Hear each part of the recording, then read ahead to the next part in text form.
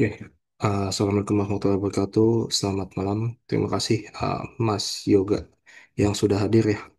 Kita sambil menunggu teman-teman yang lain yang masih belum hadir. Kita mau mulai terkait dengan ICT literasi, yang dimana yang pertama itu uh, pendahuluan ya. Kemudian ada yang lainnya itu kalau tidak salah penerapan TIK. Nanti penerapan TIK itu ada dua bagian yang akan saya share di pertemuan pertama kali ini. Dan di semester antara otomatis materi yang perlu digabungkan ini cukup lumayan banyak. Jadi perlu perhatian teman-teman ya. Oke. Karena ini ICT literasi sebenarnya koordinator mata kuliahnya adalah Bu Cian, jadi saya akan menyampaikan eh, berdasarkan penambahan dari referensi saya sendiri ya nantinya ya. Ketika misalkan ada yang eh, mungkin kurang, nanti saya akan coba tambahkan. Nah, ini adalah learning materialnya, ada RPS, ada video pembelajaran, PPT, modul, link support, dan assessment. Nah, Em, ini pastinya berkaitan berkaitan dekat ya dengan namanya dasar literasi informasi dan pemanfaatan informasi. Tentunya beberapa tokoh dunia menyebutkan kalau data ataupun informasi itu adalah minyak dunia ataupun minyak yang belum diproses gitu ya. Jadi perlu kita proses dari data itu apakah benar-benar berguna sehingga menjadi suatu informasi yang penting atau data itu bahkan kita tidak mengerti gitu ya. Jadi kalau data yang kita tidak mengerti mungkin saja itu akan menjadi suatu informasi yang berguna untuk orang lain karena pekerjaan kita berbeda-beda di real case-nya ya gitu ya teman-teman ya. Jadi nggak semua data bisa kita olah sedemikian rupa untuk menjadi suatu informasi yang berguna bagi pekerjaan kita. Nah, di sini video conference nggak kita skip aja. Jadi intinya nanti mahasiswa ini perlu melakukan aktivitas baik itu diskusi ataupun membaca, menyimak materi. Kemudian ada video conference kalau ada gitu ya. Kemudian kalau tidak ada maka teman-teman bisa melihat video yang sudah ada aja gitu ya teman-teman ya. Quiz mungkin akan sedikit ya kalau quiz di saya dan tugas juga akan sedikit di saya. Tapi untuk UTS dan tidak ada UTS jadi langsung UAS ya kita teman-teman ya di pertemuan ke-8 kita ada UAS. Oke, karena ini komponen penilaian kalau di semester biasa, semester reguler, dan di semester antara tentunya tugas ataupun UAS ini nilainya ini cukup besar ya teman-teman ya, gitu ya. Jadi perlu diperhatikan lebih dalam dan lebih teliti lagi terkait dengan tugas dan UASnya nanti gitu. Nah, kalau pembelajaran berbasis output di mata kuliah yang diampu oleh Bucian ini hasilnya adalah suatu eh, artikel ilmiah yang akan dipublish ke jurnal. Tapi kalau di saya lebih bersifat gimana teman-teman mengerti suatu ICT literasi nantinya. Ya mungkin bisa teman-teman buat dalam bentuk suatu project ya dalam kelompok gitu ya. Karena untuk mempermudah teman-teman sendiri. Oke, seperti ini asesmennya. Kita nah ini kalau untuk output yang biasa saya gunakan pasti tentunya membuat suatu sistem.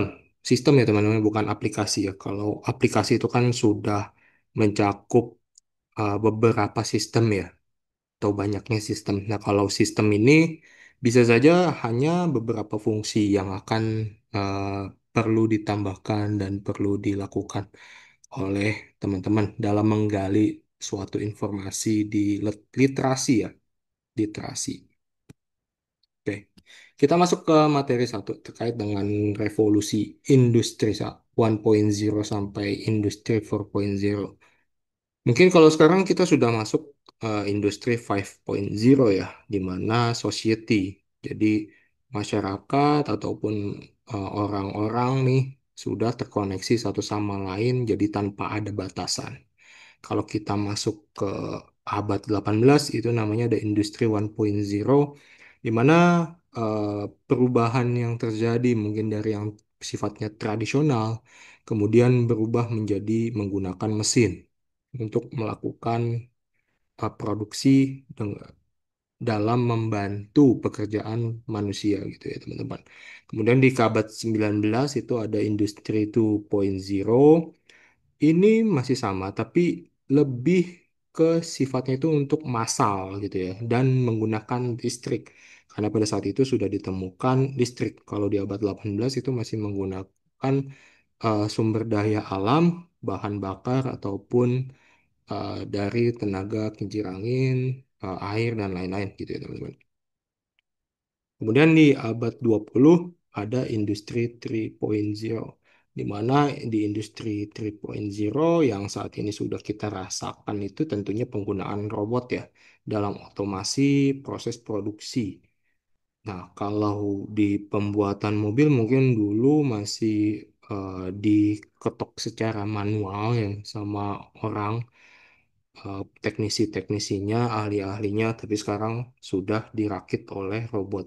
Bahkan laptop yang kita gunakan juga sudah dirakit oleh robot ya. Nah, itu yang terjadi di industri 3.0. Lalu di abad 21 yang saat ini masih kita tinggali, ini kita sudah merasakan industri 4.0 ya, di mana sudah cerdas nih dalam hal mesin, kemudian dalam hal sistem, dan juga pemanfaatan big datanya dan cloud teknologi. Nah, di sini peran manusia ini sudah sedikit demi sedikit digeserkan oleh robot-robot ataupun sistem yang sudah bekerja ya gitu ya teman-teman ya. Jadi kita perlu meningkatkan kalau kita itu lebih pintar daripada mesin itu sendiri. Jadi gimana caranya? Ya tentunya teman-teman jangan mudah percaya dengan artificial intelligence karena kalau kita ngomongin artificial intelligence saat ini lagi sering banget dibahas namanya AI hallucination ya teman-teman. AI hallucination itu terbentuk ketika suatu prompt itu tidak detail. Prompt atau masukan input yang teman-teman berikan ke AI-nya ini tidak detail ataupun tidak dapat dimengerti secara menyeluruh konteksnya oleh si AI tersebut. Nah, bahkan ketika teman-teman menggunakan shared account artificial intelligence, baik itu ChatGPT ataupun lain-lain, kemudian teman-teman menggunakan juga yang versi gratis, maka otomatis mesin tersebut belajar dari pengguna yang gratis yang menggunakan AI tersebut gratis dan juga pengguna yang menggunakan akun share.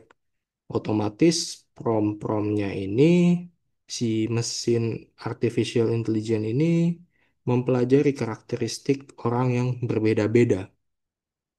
Kalau di free, ya otomatis kita bisa melihat ya ekosistem di dunia maya ini sangat beragam gitu ya. Ada yang sekolah, ada yang tidak.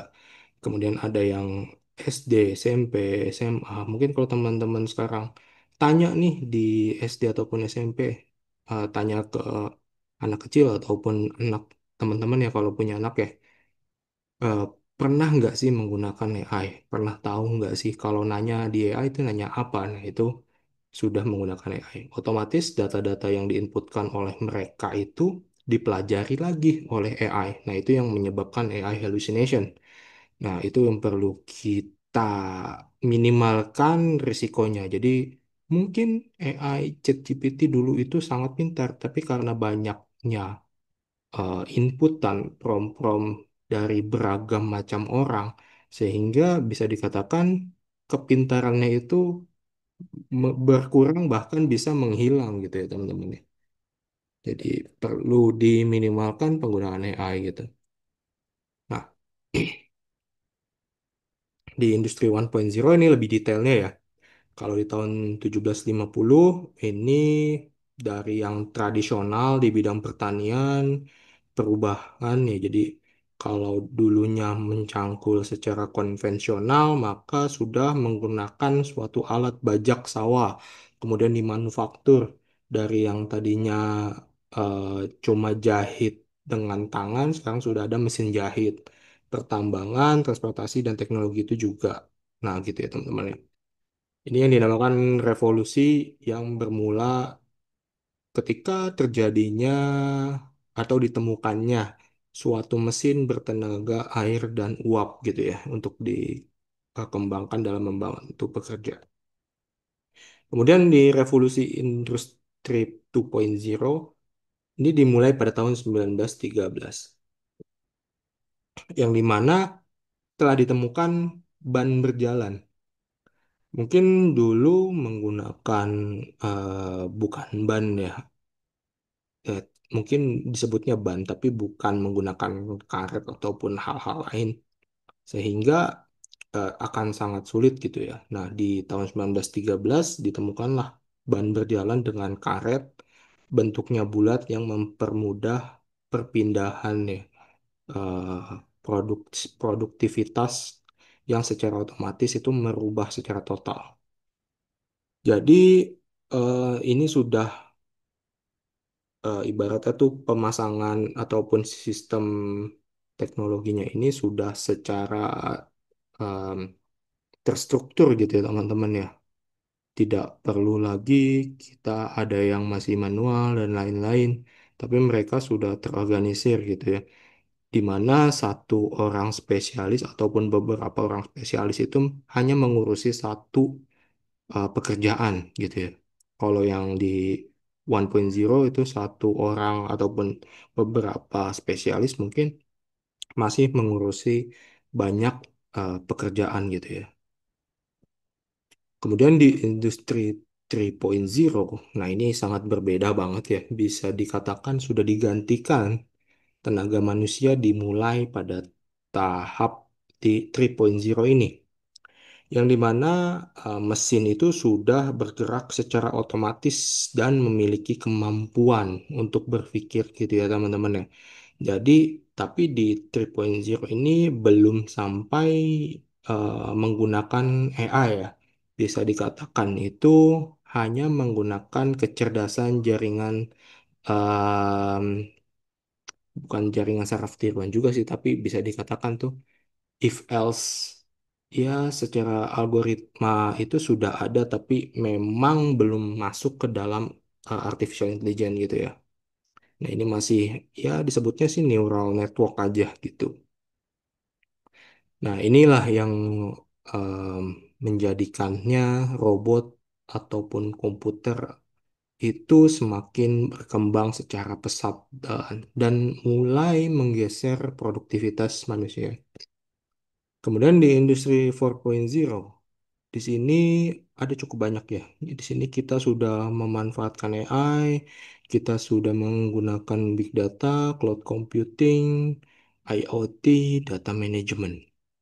Nah, di beberapa perusahaan ini penerapan industri 4.0 ini sudah pasti banyak ya. Kalau kita lihat ya, sebagai contohnya mungkin saya ambil dari makan bergizi gratis ya. Dari makan bergizi gratis itu pasti ada data di setiap kecamatan ataupun kelurahan.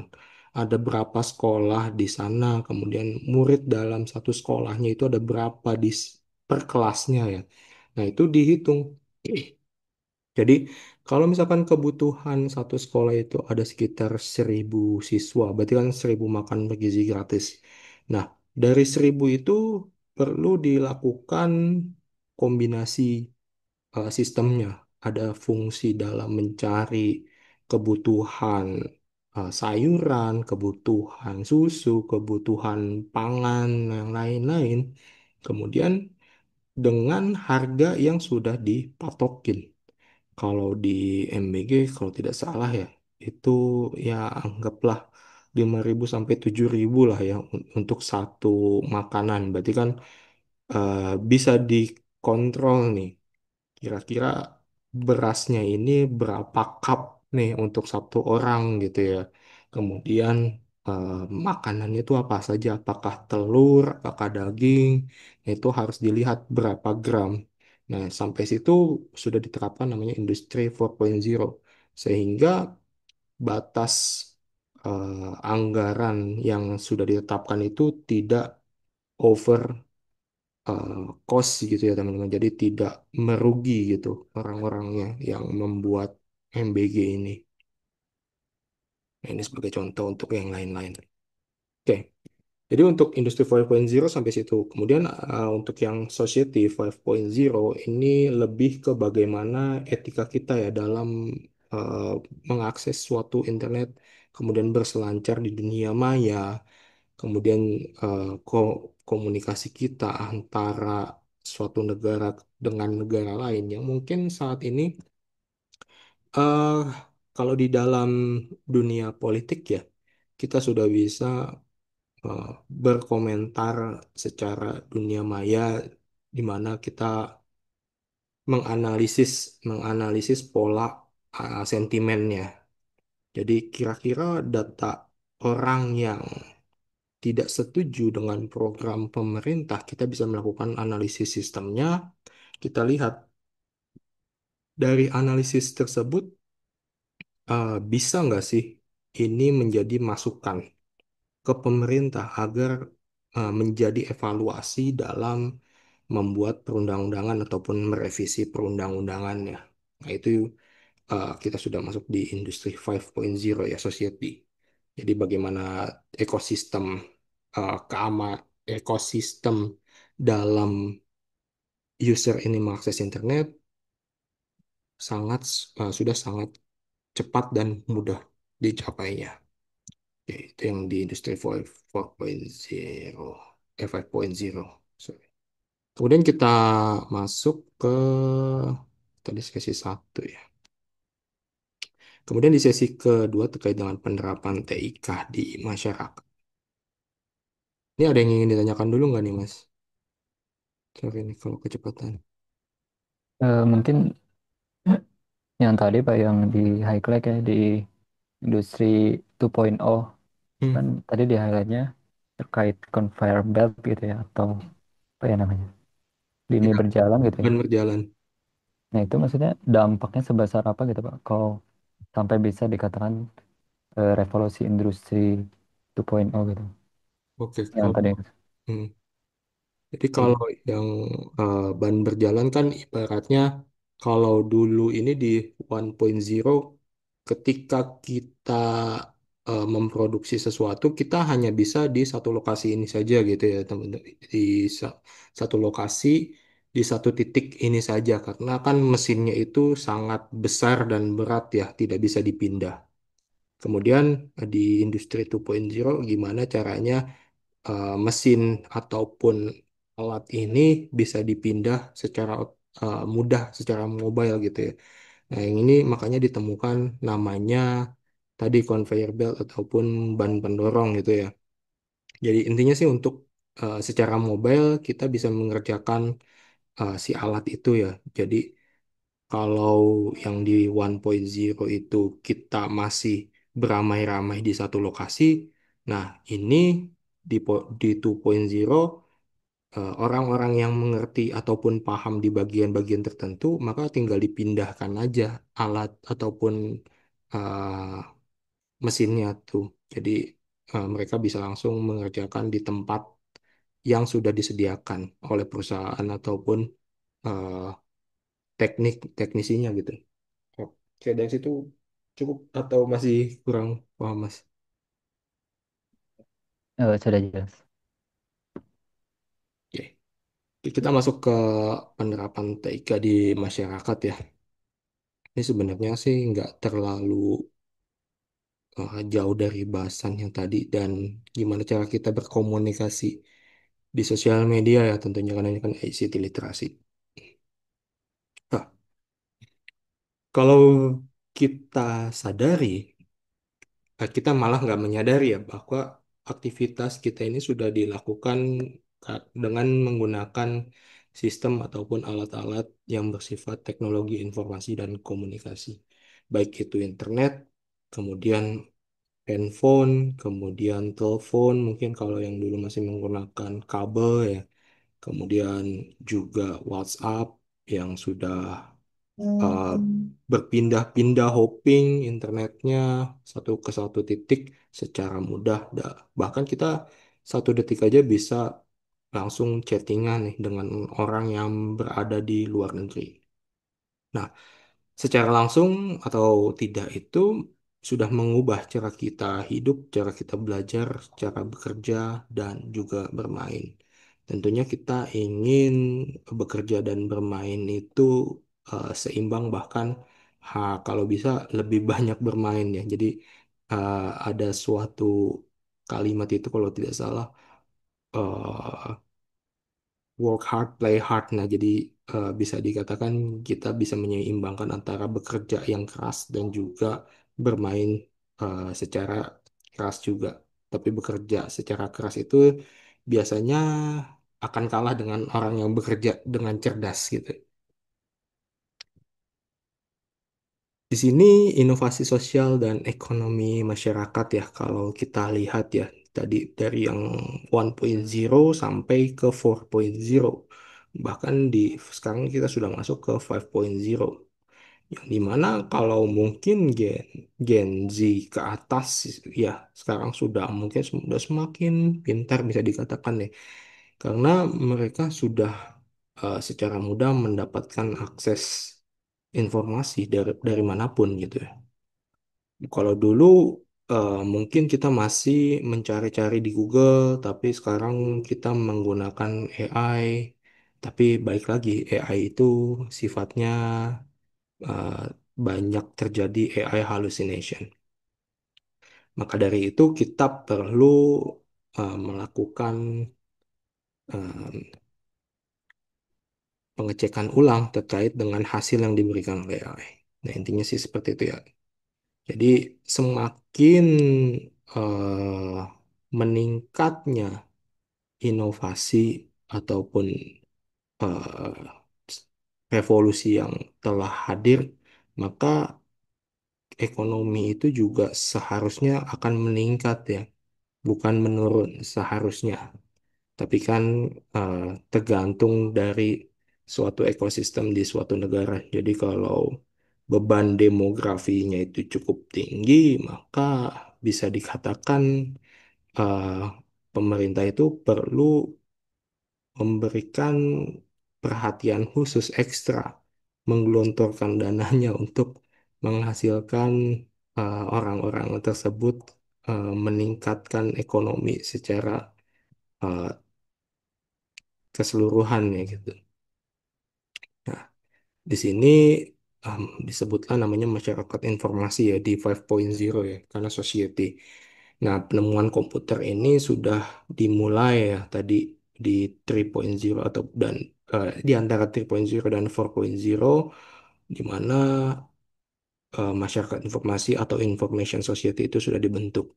Nah, masyarakat informasi ini merupakan suatu istilah yang mendeskripsikan bagaimana masyarakat itu mempelajari kemungkinan-kemungkinan yang ada dalam suatu informasi dan dalam memanfaatkan teknologinya, kemudian untuk mengelola bahkan kesejahteraan. Nah, ini secara simpelnya sih disebut em, bagaimana caranya mempermudah hidup lah. Ya, di sini mereka mencari informasi, menggunakan informasi yang ada untuk mempermudah hidup, mempermudah pekerjaannya.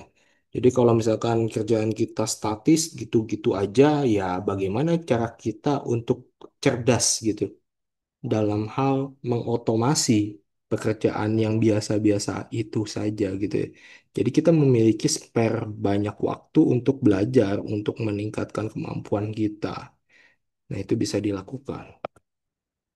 Kemudian di indikator masyarakat informasi ya, di sini berdasarkan data ITU, bagaimana cara mengukur kemajuan atau peningkatan masyarakat informasi itu diukur indikatornya berdasarkan akses TIK dan pemanfaatan TIK. Nah, akses TIK dan pemanfaatan TIK-nya ini tentunya ada internet, mobile seluler, biayanya, kemudian eh, berapa bandwidthnya, kecepatannya, itu juga sebenarnya mempengaruhi ya bagaimana kemajuan masyarakat di suatu negara. Jadi kalau saat ini mungkin kita cukup mahal ya kalau dibilang ya, karena ibaratnya kita sudah membayar anggaplah 400.000 untuk sebulan. Tapi kita dikasih batasan kuota itu hanya 1 terabyte. 1 terabyte. Kemudian dari 1 terabyte itu akan hangus gitu, tidak diakumulasi ke bulan selanjutnya. Nah, ini yang menjadikan masyarakat informasi kita kekurangan kalau misalkan akses internet ini berada di kafe-kafe, di tempat umum gitu yang biasa orang gunakan untuk lalu lalang, untuk menunggu bis, dan biasanya mereka kan akan mencari suatu informasi di HP-nya. Nah, itu yang menjadikan kemajuan masyarakatnya itu semakin meningkat seharusnya. Lalu di Super Smart Society, yang dimana ini merupakan bagian Society 5.0, ini eh, kita mengintegrasikan pengenalan di cyberspace dan physical space-nya. Jadi antara cyberspace dan physical space-nya ini biasanya akan ada namanya pin, tembok yang tipis gitu ya. Mereka mungkin saat ini sedang makan tapi sambil mencari suatu informasi di handphonenya dengan mudah. Kemudian ada yang di toilet sambil membawa handphonenya untuk mencari informasi. Nah, itu yang dinamakan super smart society, di mana ada tembok tipis yang terjadi, yang terbuat oleh ekosistem antara cyberspace dan physical space-nya. Nah, ini sudah diinisiasi Pak, oleh pemerintah Jepang pada tahun 2015, di mana big data tersebut yang dikumpulkan dari hasil searching masyarakatnya, kemudian dikonversi menggunakan artificial intelligence agar masyarakatnya ini semakin pintar.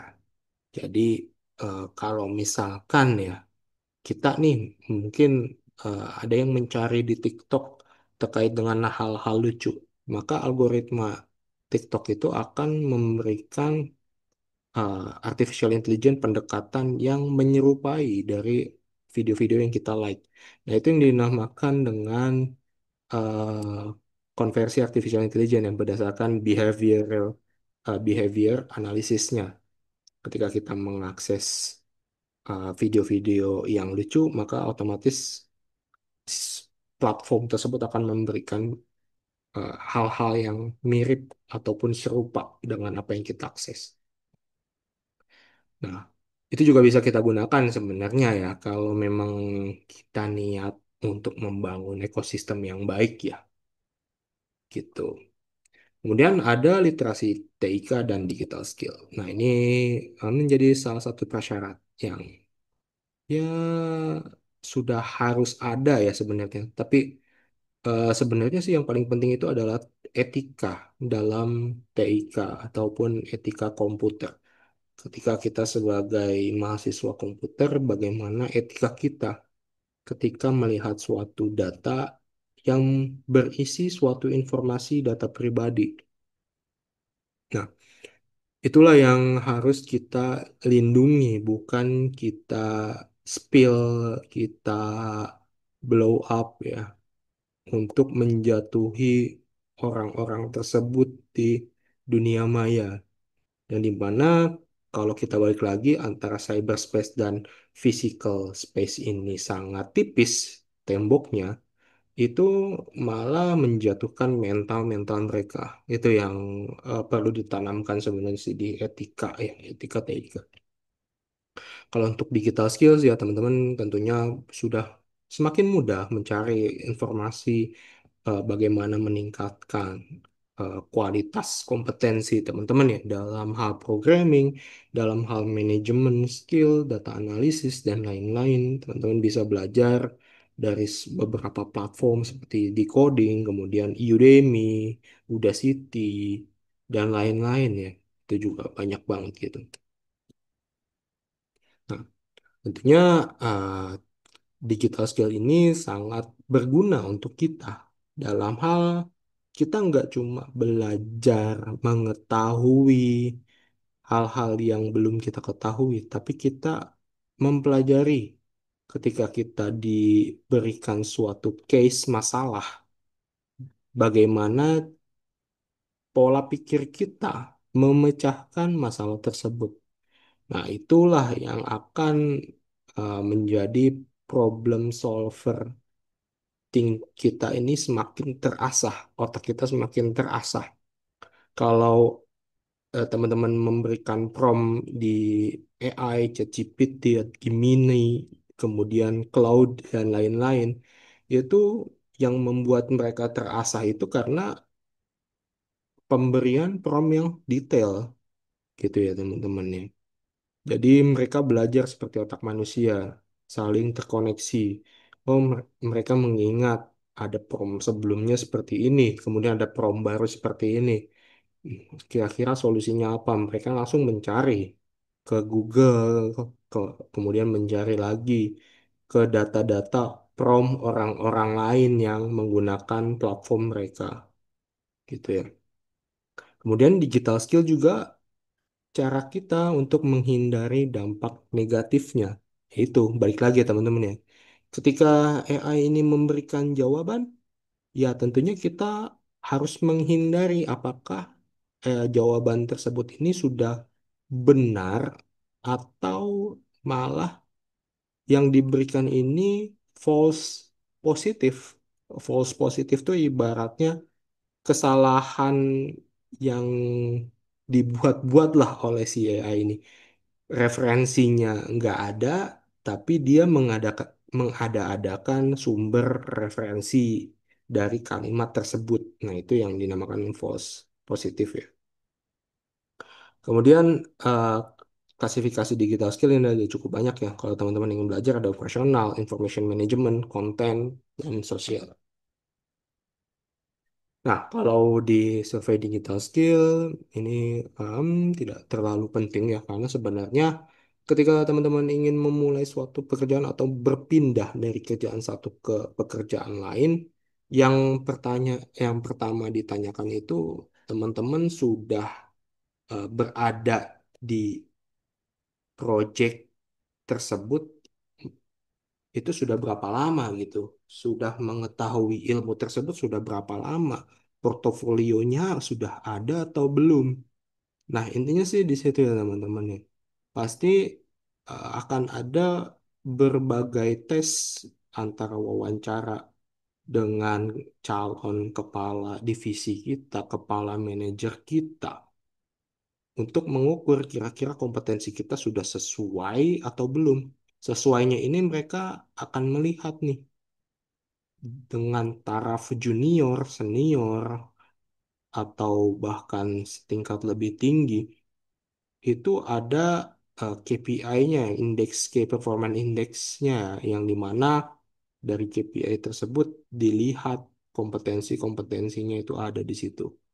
Nah, dari segi situlah teman-teman bisa memulai sebenarnya dimulai dari membangun portofolio yang baik. Kalau teman-teman berfokus di kriptografi, ya udah teman-teman fokus membangun suatu portofolio di keamanan siber gitu ya. Kalau teman-teman fokusnya di programming, maka teman-teman membuat sistem sistem yang eh, dalam hal ini mempermudah atau melengkapi aplikasi yang sudah ada. Bedakan lagi teman-teman antara sistem dan aplikasi. Aplikasi itu sudah ada, sudah bisa terlihat, sudah bisa digunakan.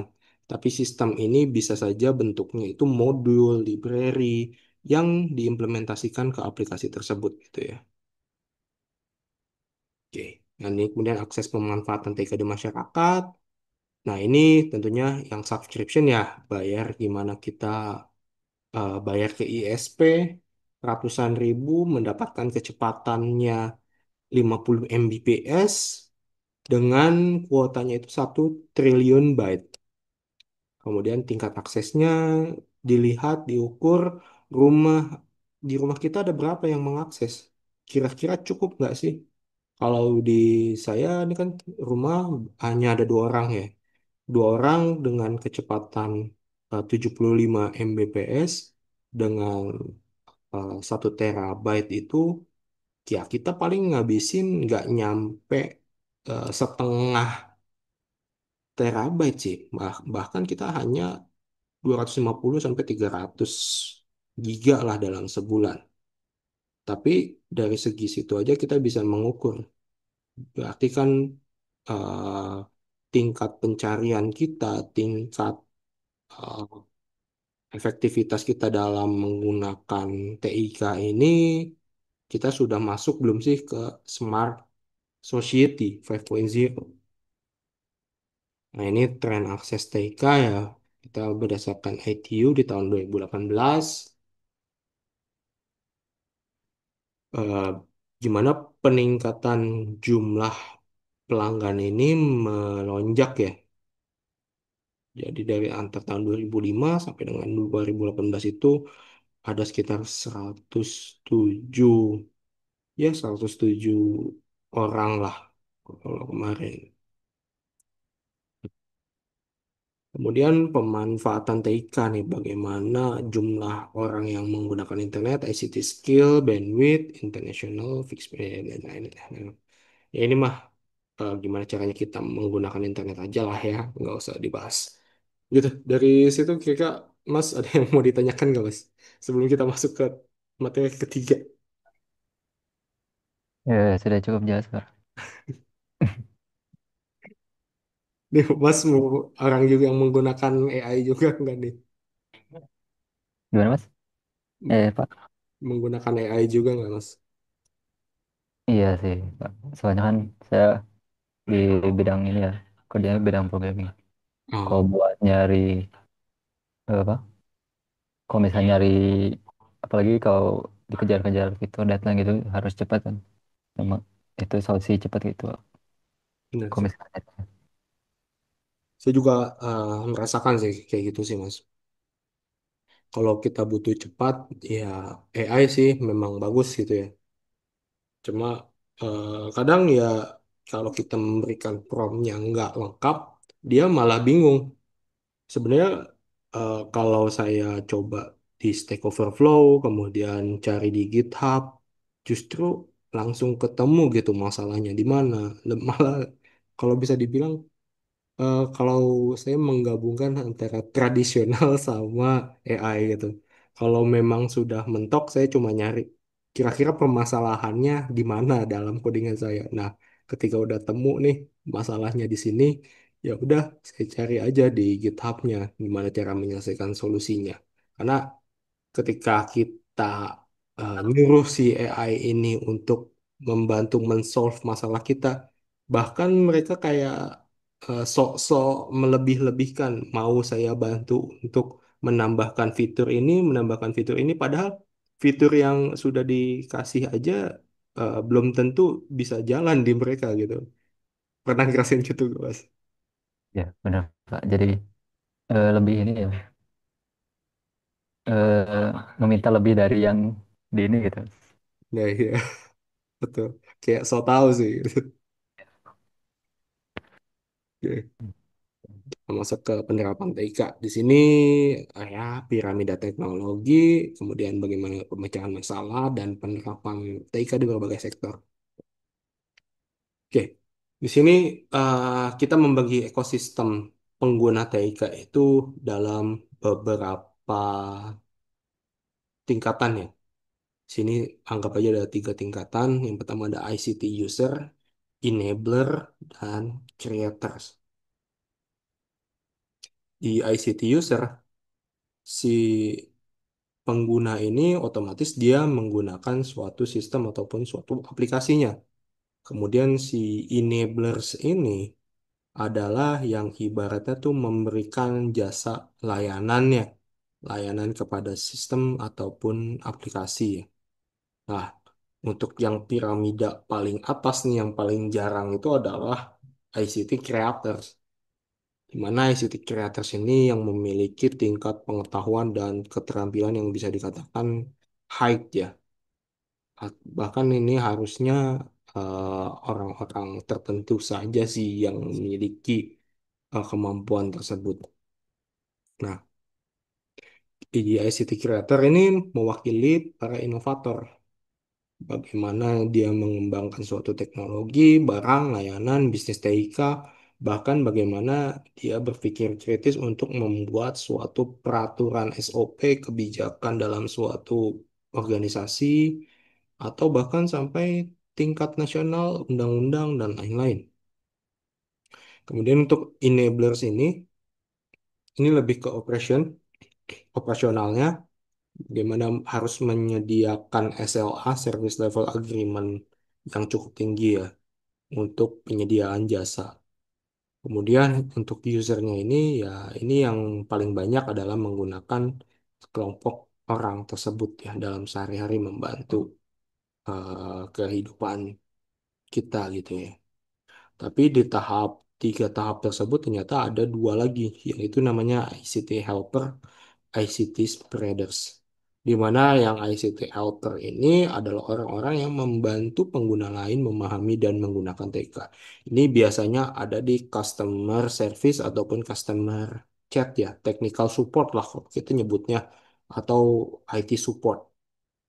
Nah, di ICT helpers sekarang sudah mulai digantikan juga dengan AI chatbot ya. Padahal kalau kita rasakan AI chatbot ini, iya balik lagi sih, terlalu melebih-lebihkan dan terlihat sok paham banget.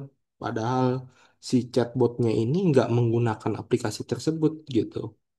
Kemudian si ICT spreaders ini adalah salah satu orang yang berinteraksi dengan konsumen dan pelanggan untuk membeli dan menjual barang. Ya, ini ibaratnya salesnya lah, atau marketingnya lah untuk menjual suatu layanan vendor gitu ya. Ini ICT creators, dia biasa bekerja di research, development, testing and quality assurance, dan requirement and specification. Nah, jarang banget creators yang bekerjanya di eksekutif manajemen, ini jarang banget. Biasanya eh, yang disebut eksekutif manajemen ini, si level ini bukan masuk ke creator sih, tapi ke pemberi ide sih. Jadi sebutnya apa ya? Bukan creators ya.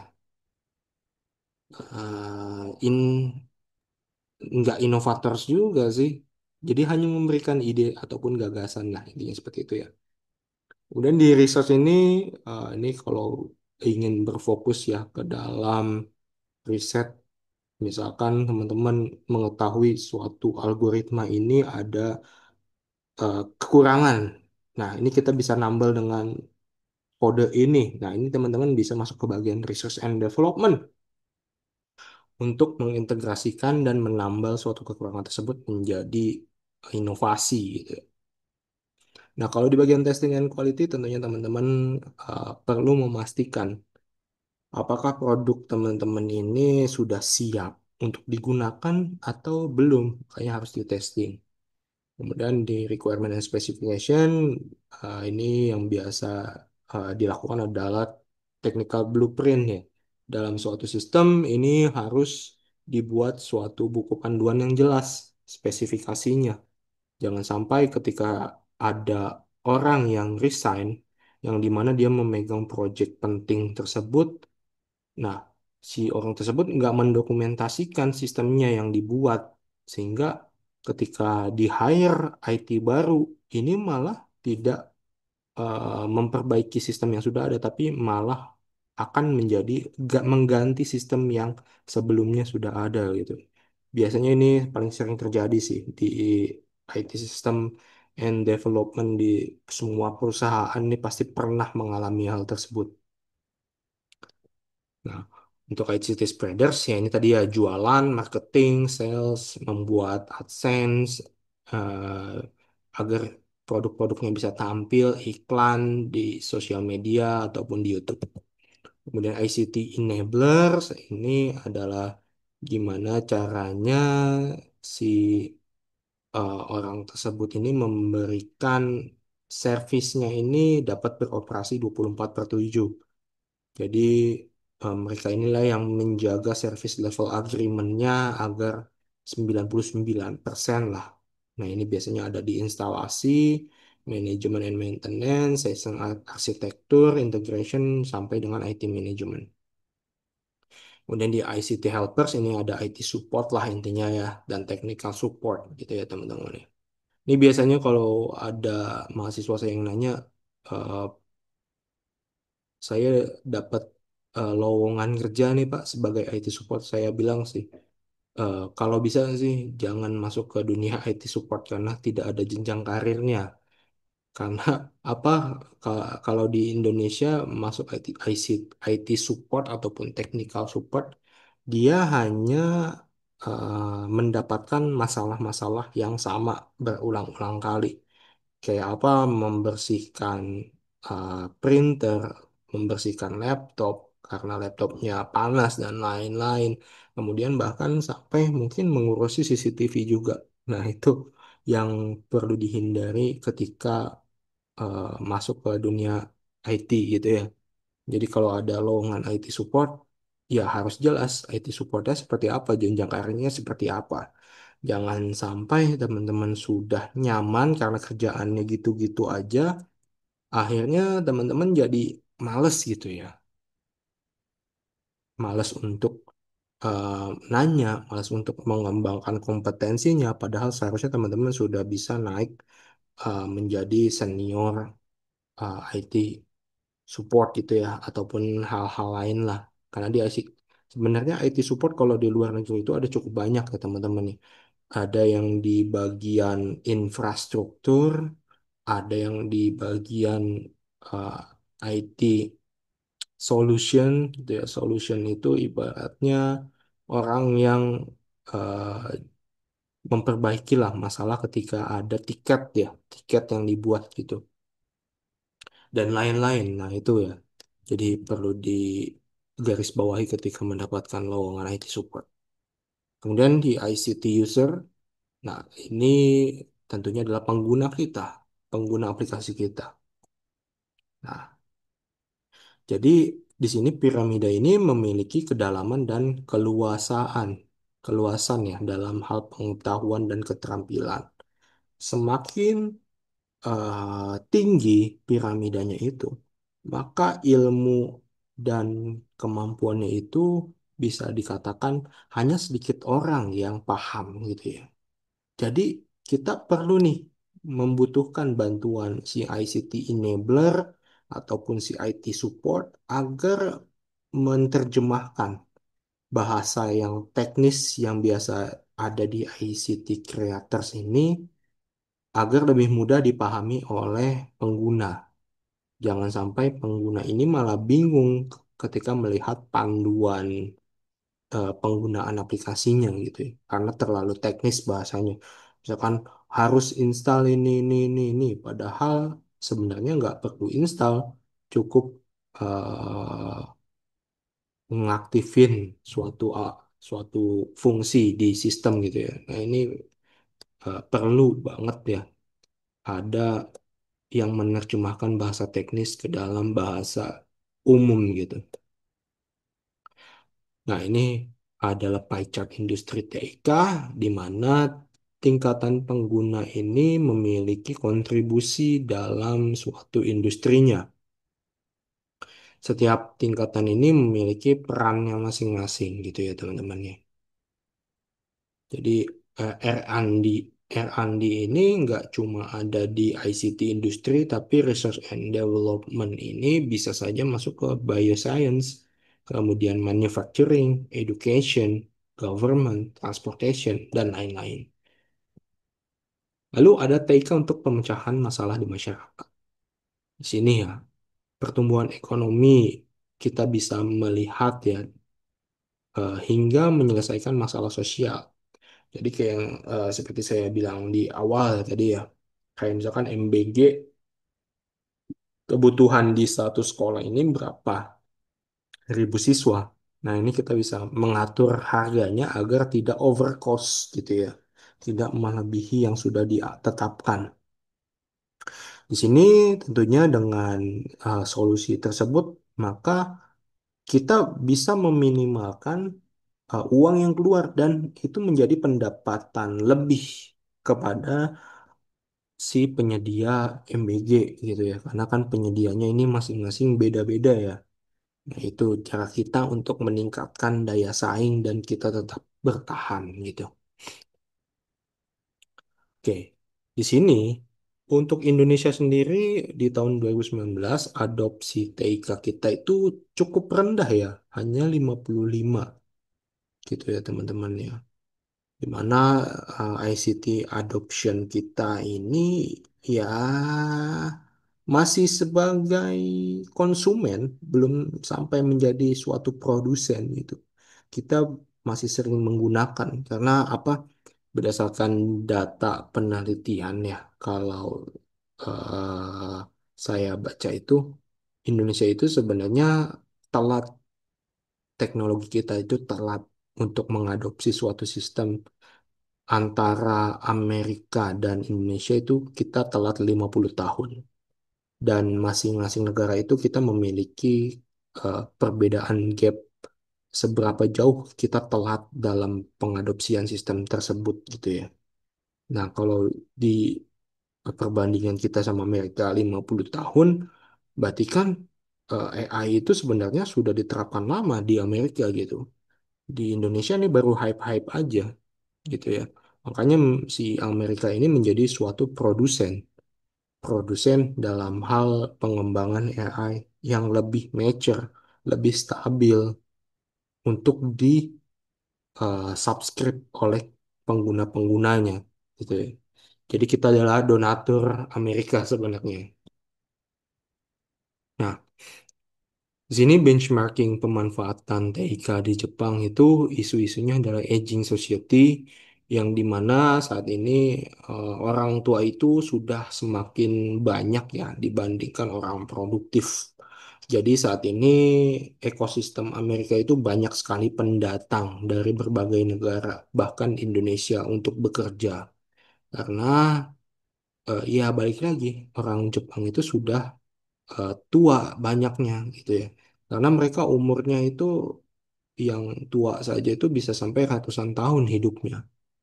Ya kalau di Indonesia kan nggak nyampe ratusan tahun lah rata-ratanya ya paling ya 60 lah sudah meninggal gitu ya. Kalau di Jepang itu sangat menjaga kesehatan sekali. Nah itu yang menjadi beban demografis mereka gitu ya. Kemudian yaitu merupakan isu yang harus diselesaikan oleh pemerintahan Jepang. Nah, ini yang mereka selesaikan.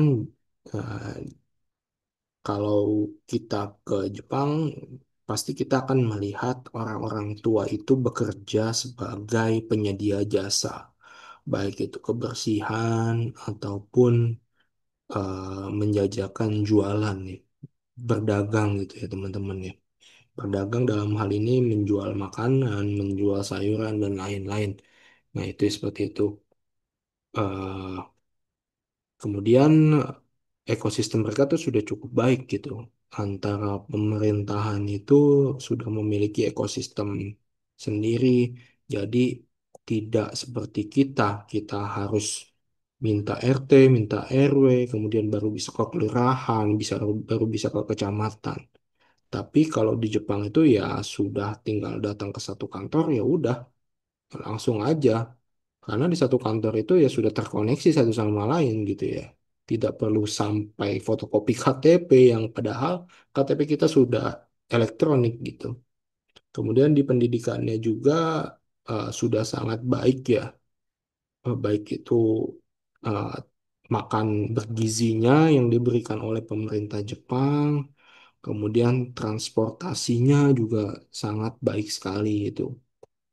Jadi makanya orang-orang pada senang banget ya ketika bekerja di Jepang gitu. Ya, balik lagi sih. Karena semuanya sudah dimudahkan oleh ICT ataupun information TIK-nya, teknologi informasi dan komunikasinya.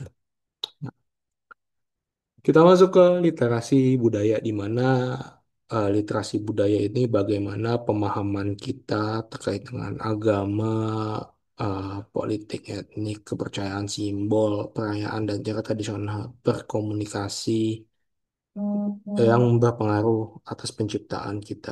Sebagai contoh, bagaimana menerima dan menggunakan telepon seluler masuk dalam budaya masyarakat saat ini.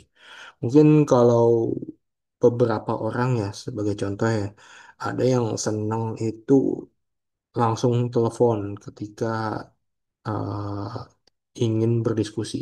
Tapi ada beberapa orang yang saat ini senangnya itu ya chatting aja dulu gitu.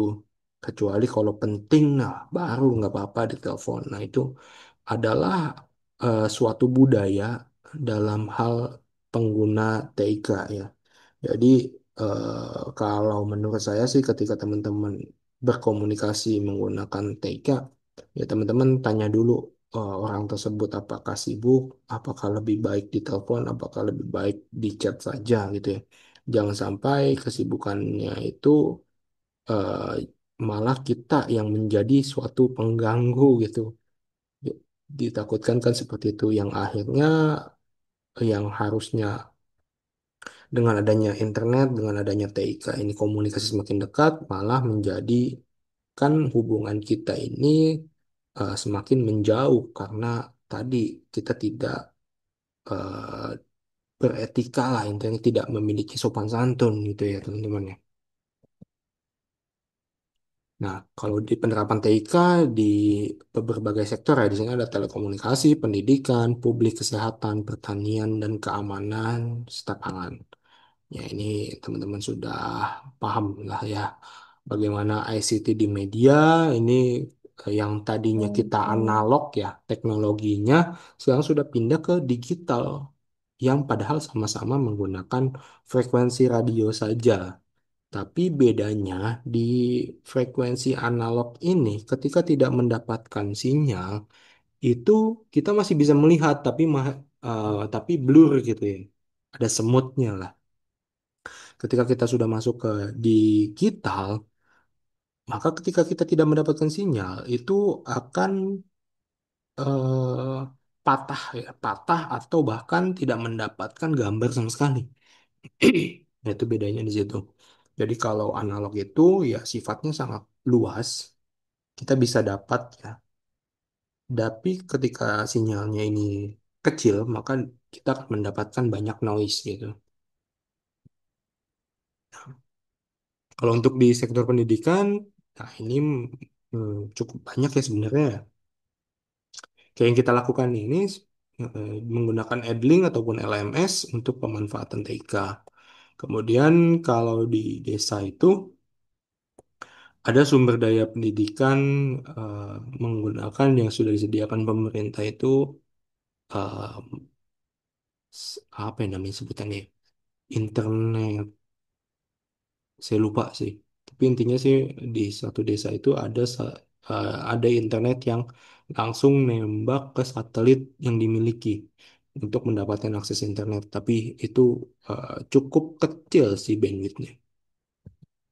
Kemudian pendidikan jarak jauh dan ya ini tadi ya ada Edlink, LMS. Kemudian pada sektor publik ini ada pelayanan publik nih kalau teman-teman keluar negeri itu ada namanya eh, pembuatan paspor secara elektronik. Kemudian kalau teman-teman ingin mengurus agar SIM teman-teman nih eh, bisa digunakan di internasional, maka teman-teman bisa membuat SIM internasional gitu ya, yang akan terkoneksi dengan data di luar negeri. Kemudian pemanfaatan aplikasi teknologi informasi ini sudah cukup banyak dan sudah meningkatkan efektif dan efisiensi kita ya. Oke, ini udah cukup lah. Oke. Secara keseluruhan, era globalisasi ya, di 5.0 Smart Society ini sudah memudahkan kita dalam mencari dan memanfaatkan informasi, berpikir kritis, bertindak profesional, bahkan meningkatkan potensi dan keterampilan kita di dalam hal mengasah mengasah kemampuan ataupun skill yang kita butuhkan gitu ya teman-teman ya. Jadi kalau teman-teman sudah fokus di bidang itu ya udah difokusin aja, dipertajam lagi sehingga teman-teman tuh ibaratnya tuh tidak banyak fokus di berbagai bidang yang akhirnya teman-teman tuh nggak memiliki kemampuan khusus gitu yang membekali teman-teman untuk berpindah kerja ataupun berpindah kantor atau bahkan ketika teman-teman mendaftar pekerjaan gitu ya yang ditanyakan fokus teman-teman produk teman-teman produktivitas teman-teman portofolio gitu ya dan TIK ini ya tentunya akan mendukung pengetahuan dan pembelajaran kita gitu. Oke, paling dari saya sudah cukup segitu sih, Mas. Kalau ada pertanyaan mungkin boleh, Mas, sebelum saya akhiri. Baik, Kak, mungkin mau nanya tadi di awal kan nyebutin output ini ya project kayak tugas akhirnya gitu kayak membuat sistem sederhana gitu. Itu Ya, mungkin saya dijelasin lagi Kak, detailnya itu gimana? oke. Kalau untuk yang membuat project itu mungkin akan ada tugas ya. Kalau tugas itu kan berarti individu ya. Kemudian kalau untuk yang UAS pasti kayaknya sih saya akan masukin ke berkelompok sih. Karena ya balik lagi ini kan antara ya semester antara ini sedikit ya. Jadi lebih baik bagaimana teman-teman ini untuk berkomunikasi. Saya mau melihat sih komunikasi teman-teman ini kerjasamanya sejauh mana gitu. Kalau untuk yang tugas ya nanti ada namanya pembuatan suatu sistem ya. Saya nyebutnya sistem ya, bukan aplikasi. Mungkin kalau untuk aplikasi ya bisa jadi di nanti UASnya gitu sih Mas. Oke, baik, Pak. Ya, kalau sistem itu berarti maksudnya eh, kayak apa ya Oke. sebetulnya? Tadi Aplikasi atau gimana, Pak? Oke, kalau sistem kan ibaratnya itu suatu library ya, ataupun fungsi-fungsi yang disematkan ke dalam suatu aplikasi. Mungkin kayak, misalkan kita sudah menemukan aplikasi open source nih di GitHub, terus kita gimana caranya menambahkan suatu fitur yang nggak ada di open source tersebut. Nah, itu kan udah kita ibaratnya tuh udah membuat suatu sistem di aplikasi tersebut lah. Itu sih yang lebih ke situnya. Jadi mungkin nanti akan ada ya fungsi-fungsi yang perlu teman-teman pelajari terkait dengan internet ya. Karena sekarang sih saya lagi ini sih, saya kasih tips dulu, tapi saya pause dulu bentar. Oke. Baik, terima kasih Mas Yoga dan rekan-rekan semua yang sudah menonton video ini. Apabila ada pertanyaan mungkin bisa ditanyakan di LMS ya. Kalau ingin buat grupnya mungkin bisa Mas Yoga buatkan grupnya dulu. Nanti bisa minta tolong di-share di LMS untuk bisa join ya kalau ada hal-hal kendala. Gitu. Kalau tidak ada lagi pertanyaan, saya akhiri. eh, saya cukupkan. Selamat malam. Wassalamualaikum warahmatullahi wabarakatuh. Waalaikumsalam. Ya, Terima kasih, terima Pak. kasih ya. Ya.